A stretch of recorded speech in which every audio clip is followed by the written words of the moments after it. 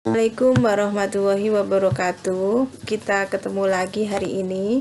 Hari ini kita membahas mengenai laporan posisi keuangan atau neraca. Jadi, laporan keuangan itu ada laporan laba rugi dan pendapatan komprehensif lain, kemudian ada laporan perubahan ekuitas, dan yang ketiga adalah laporan posisi keuangan atau neraca. Kegunaan neraca atau laporan posisi keuangan yang pertama adalah untuk mengevaluasi struktur pendanaan perusahaan. Jadi, pengguna laporan keuangan bisa mengevaluasi perusahaan ini kira-kira pendanaannya dari mana, utangnya berapa, ekuitasnya berapa, pendanaannya lebih besar di ekuitas atau lebih besar di hutang. Kemudian yang kedua adalah menganalisis likuiditas.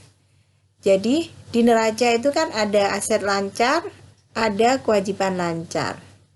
Nah, likuiditas ini adalah seberapa mampu perusahaan melunasi kewajiban jangka pendek. Nah, kewajiban jangka pendek itu kan dilunasi dengan aset lancar. Nah, oleh karena itu perusahaan pengguna laporan keuangan bisa mengevaluasi likuiditas perusahaan dengan melihat dari neraca. Kemudian yang ketiga adalah menilai solvabilitas. Jadi solvabilitas adalah kemampuan perusahaan untuk melunasi kewajiban jangka panjang. Nah, ini juga dilihatnya dari neraca.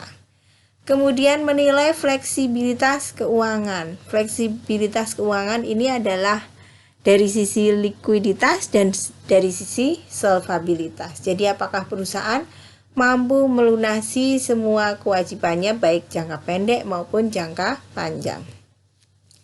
Keterbatasan neraca yang pertama, bahwa beberapa aset itu diberikan pilihan untuk disajikan berdasarkan biaya perolehan atau biaya perolehan terdepresiasi bukan pada nilai kininya. Hal ini banyak dikritik karena tidak mencerminkan nilai yang sebenarnya. Jadi seperti aset tetap itu kan dalam PSAK 16 ya, perusahaan boleh memilih menggunakan cost model atau revaluation model. Sama seperti aset tidak berwujud juga demikian. Jika menggunakan biaya perolehan atau biaya perolehan terdepresiasi, maka penyajian aset tersebut tidak mencerminkan nilai yang sebenarnya. Yang kedua, aset tidak berwujud yang mengandung nilai namun sulit untuk diukur tidak diperkenankan diakui dalam neraca. Seperti misalnya SDM gitu ya, sumber daya manusia itu kan human capital ya, mempunyai manfaat ekonomis buat perusahaan. Namun kenapa nggak diakui dalam neraca? Karena sulit diukur. Kemudian contoh lainnya mungkin tentang intelektual yang lain, misalnya relation capital. Perusahaan mempunyai banyak hubungan baik dengan pelanggan. Nah, ini kan aset ya, hubungan baik tersebut karena sulit diukur, tetapi oleh karena itu tidak diakui dalam neraca. Kemudian seringkali dimungkinkan rekayasa keuangan untuk menghasilkan pembiayaan di luar neraca. Jadi misalnya nih perusahaan ingin membeli aset tetap. Nah, perusahaan nggak punya uang, perusahaan nggak mau berhutang. Nanti kalau berhutang saya menggunakan aset tersebut, tapi muncul utang dalam neraca saya, dalam neraca perusahaan. Oleh karena itu perusahaan mengambil kebijakan untuk melakukan sewa. Ya, itu namanya pembiayaan di luar neraca. Kemudian penyusunannya tidak lepas menggunakan judgement. Jadi ini mirip dengan laporan laba rugi ya, sama-sama menggunakan judgement. Misalnya umur ekonomis aset itu juga judgement, pertimbangan. Kemudian elemen-elemen neraca ada 3 unsur ya dalam neraca. Yang pertama adalah aset. Aset itu merupakan sumber daya, resources controlled by entity as a result of past event and from which economic benefit are expected to flow to the entity. Jadi aset ini merupakan sumber daya yang dikontrol oleh entitas sebagai akibat peristiwa masa lalu di mana ini menghasilkan manfaat ekonomis yang akan masuk ke perusahaan. Jadi aset itu definisi yang pertama bisa dikendalikan oleh entitas atau perusahaan. Perusahaan nggak boleh mengakui adanya aset jika tidak bisa mengendalikan aset tersebut. Yang kedua, timbul dari peristiwa masa lalu. Yang ketiga, mempunyai manfaat ekonomis buat perusahaan. Jadi ada 3 karakteristik ya aset ini ya. Kemudian liability atau liabilitas ya. Liability is a present obligation of the enterprise arising from past event, the settlement of which is expected to result in an outflow from the enterprise resources embodying economic benefit. Jadi liabilitas ini adalah kewajiban sekarang dari perusahaan yang timbul dari peristiwa masa lalu di mana penyelesaiannya akan mengakibatkan sumber daya perusahaan keluar dari perusahaan. Ya. Jadi penyelesaiannya mengakibatkan adanya keluarnya sumber daya perusahaan. Kemudian equity atau ekuitas adalah residual interest in the asset of entity after deducting all its liability. Jadi, sisa dari aset perusahaan setelah dikurangi dengan kewajibannya. Kita sekarang membahas klasifikasi dalam laporan posisi keuangan, ya. Ada aset lancar dan aset tidak lancar. Menurut PSHK nomor 1 revisi 2017, penyajian laporan keuangan ini mengklasifikasikan aset lancar jika yang pertama diharapkan dapat direalisasi atau terjual atau digunakan dalam siklus operasi normal. Yang kedua, aset yang dimiliki tersebut tujuannya diperdagangkan. Kemudian aset yang diharapkan akan terrealisasi dalam waktu 12 bulan setelah periode pelaporan. Yang keempat, berupa kas atau setara kas kecuali dibatasi penggunaannya atau penggunaannya untuk menyelesaikan liabilitas sekurang-kurangnya 12 bulan setelah periode laporan. Jadi walaupun ini misalkan perusahaan punya kas ya, tetapi dibatasi penggunaannya. Kas ini misalnya perusahaan sudah berencana akan digunakan untuk 2 tahun lagi misalnya untuk membeli pabrik baru. Nah, karena sifatnya tidak liquid, dibatasi penggunaannya, jadi tidak memenuhi karakteristik aset lancar. Kemudian contoh aset lancar yang lain apa? Contoh aset lancar, misalnya kas. Kas ini aset lancar ya, kecuali yang dibatasi penggunaannya. Kemudian piutang. Piutang juga masuk aset lancar. Mengapa? Karena ini memenuhi karakteristik yang pertama, diharapkan dapat direalisasi ya atau dapat digunakan dalam siklus operasi normal perusahaan. Jadi piutang itu kan diharapkan nanti akan tertagih kurang dari 12 bulan. Kemudian persediaan. Persediaan memenuhi karakteristik aset lancar nih. Dimiliki dengan tujuan diperdagangkan.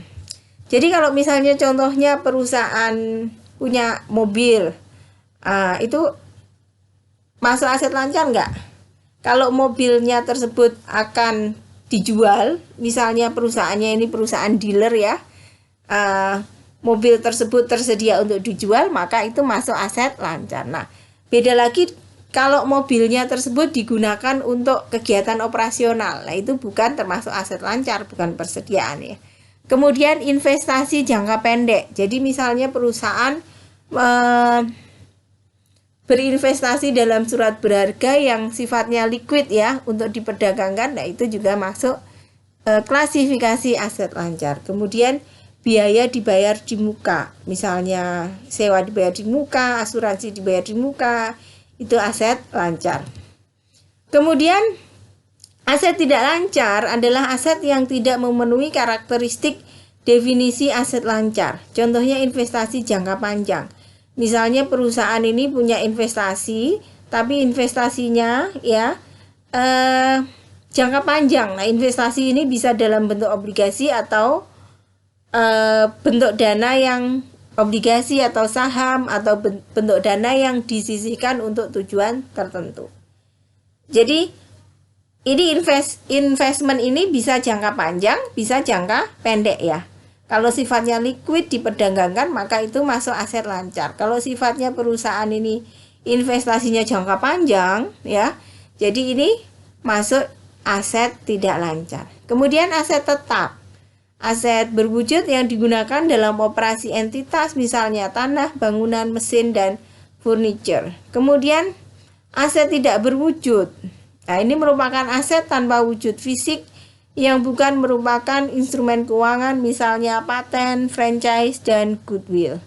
Jadi aset tidak berwujud ini substansi fisiknya kurang, bukan instrumen keuangan, tetapi mempunyai manfaat ekonomis, mempunyai karakteristik aset yang 3 tadi. Nah, ini contohnya paten, franchise, goodwill.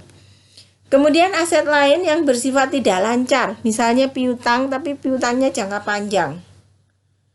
Biaya dibayar di muka yang jangka panjang. Kemudian properti investasi. Properti investasi itu merupakan tanah atau bangunan yang atau bagian dari keduanya ya, yang tujuan perusahaan memilikinya tersebut adalah untuk disewakan atau untuk kenaikan nilai. Nah, kalau dulu kita mengenal ada investasi ya, dulu klasifikasinya di zaman dahulu PSAK yang lama itu masuk investment ya, tetapi di sini diklasifikasikan sebagai properti investasi. Jadi misalnya perusahaan membeli tanah ini dibiarkan aja, nanti kalau nilainya naik dijual. Nah, itu properti investasi. Misalnya perusahaan punya bangunannya disewakan, tidak digunakan untuk kegiatan operasional perusahaan, hanya untuk disewakan. Nah, itu disebut dengan properti investasi. Nah, itu hanya tanah dan bangunan saja ya yang memenuhi karakteristik properti investasi. Kemudian kas yang dibatasi penggunaannya. Kalau perlengkapan masuk apa ya? Lancar atau tidak lancar? Perlengkapan itu masuk aset tidak lancar, karena biasanya digunakan dalam siklus operasi normal. Apa sih siklus operasi normal? Siklus operasi normal itu adalah kegiatan perusahaan dari mulai dia memperoleh bahan baku, kemudian memproduksi, kemudian menjual, sampai dengan menarik piutang. Itu adalah siklus operasi normal perusahaan ya. Kemudian kita membahas liabilitas jangka pendek dan jangka panjang. Jadi entitas ini mengklasifikasikan liabilitas ini sebagai liabilitas jangka pendek jika ini menurut PSAK 1 revisi 2017 ya. Liabilitas tersebut diharapkan akan diselesaikan dalam siklus operasi normal. Jadi akan dibayar dalam siklus operasi normal. Kemudian dimiliki untuk diperdagangkan, misalnya instrumen derivatif. Kemudian liabilitas tersebut jatuh tempo untuk diselesaikan dalam jangka waktu periode 12 bulan setelah periode pelaporan. Kemudian entitas tidak memiliki hak tanpa syarat atau menunda penyelesaian liabilitas selama sekurang-kurangnya 12 bulan setelah periode pelaporan. Ya, jadi entitas nggak punya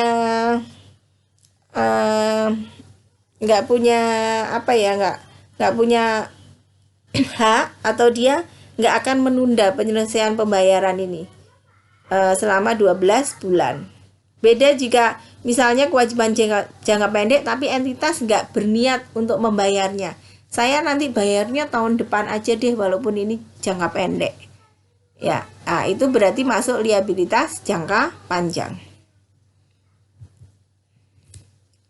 Contoh liabilitas jangka pendek, utang dagang, biaya akrual untuk biaya karyawan, misalnya gaji yang harus dibayar, itu kan utang gaji ya. Kemudian biaya operasi yang merupakan modal kerja yang digunakan dalam siklus operasi normal. Sedangkan contoh jangka panjang itu berarti dibayarnya nanti ya setelah satu siklus operasi normal perusahaan. Misalnya obligasi, utang leasing, utang bank yang jangka panjang, kemudian liabilitas yang berasal dari kegiatan operasi entitas seperti kewajiban pensiun, kewajiban pajak tangguhan, kemudian liabilitas yang bergantung pada terjadi atau tidaknya suatu peristiwa di masa yang akan datang seperti provisi untuk kewajiban garansi. Jadi garansi itu kan kewajiban yang akan timbul di periode yang akan datang, di mana tingkat timbulnya, tingkat terjadinya besar ya, probable ya.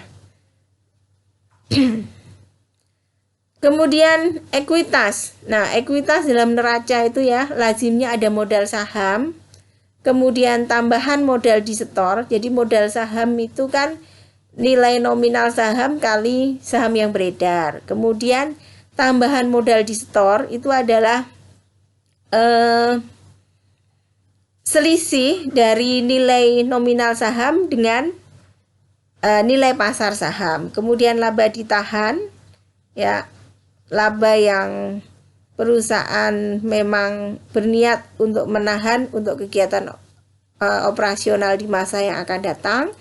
Kemudian pendapatan komprehensif lainnya yang kita bahas di pertemuan yang lalu ya. Kemudian saham treasury. Nah, saham treasury ini adalah saham yang sudah beredar kemudian ditarik lagi oleh perusahaan. Nah, kalau modal saham, tambahan modal disetor, laba ditahan, pendapatan komprehensif lainnya ini posisinya menambah ekuitas. Kalau saham treasury ini mengurangi ekuitas. Kemudian non-controlling interest.